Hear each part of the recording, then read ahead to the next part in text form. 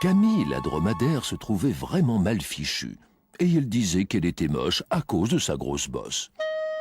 Et quoi qu'elle essayât de porter, jamais cela ne lui allait. Elle trouvait que cela lui donnait un de ses airs vraiment surfaits. Un bal chaque année était organisé dans une petite salle au sein de son village. Camille chaque année appréhendait cette soirée, car les animaux y venaient et tous très bien habillés. Ils étaient beaux et élégants, et ainsi donc, en les voyant, elle trouvait qu'elle ressemblait à un vrai sac de pommes de terre.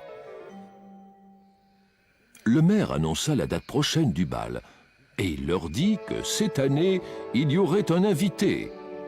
Une personne de renommée issue d'une grande lignée, et chose peu banale, elle ouvrirait le bal.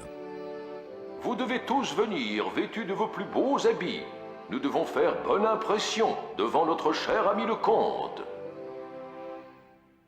Camille était désespérée, je dirais même déprimée. « Oh, maman, gémit-elle, voici que je n'ai rien à mettre. » Sur ce, elles allèrent en ville pour y faire les boutiques, mais avec sa bosse instable, aucune robe ne lui était agréable. Et dans ce genre de situation, les mamans toujours ont la solution.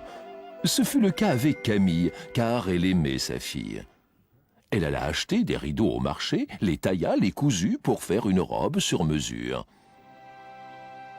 Le résultat était étonnant, mais la robe pâtrait dans le vent. Et sa maman lui dit « Ma chérie, au bal, tu seras la plus jolie. » Le soir du bal venu, les animaux étaient tous en tenue.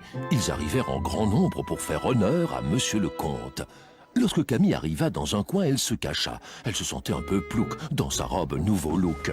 Le maire entra hors d'haleine. Il avait une mauvaise nouvelle. « Notre comte ne viendra pas, il est dans l'embarras.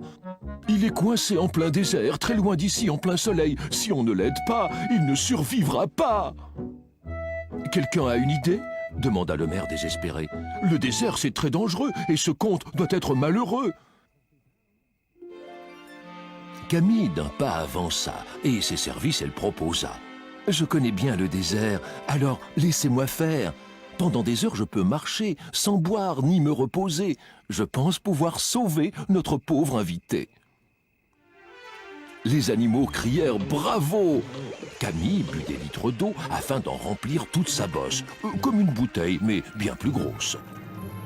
Camille était fin prête à affronter le désert. Elle était courageuse et vaillante, et elle partit droit devant.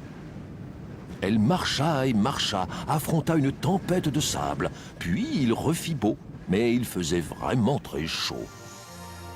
Soudain, elle entendit en plein désert la voix d'un homme en colère. Elle venait de dessous un capot, celui d'une superbe auto. Camille alla le saluer et lui dit « Enchanté !» Mais surpris par cette voix fluette, le comte sursauta et se cogna la tête. C'était tellement drôle qu'ils se mirent à en rire, et le comte reconnut quel idiot il était devenu.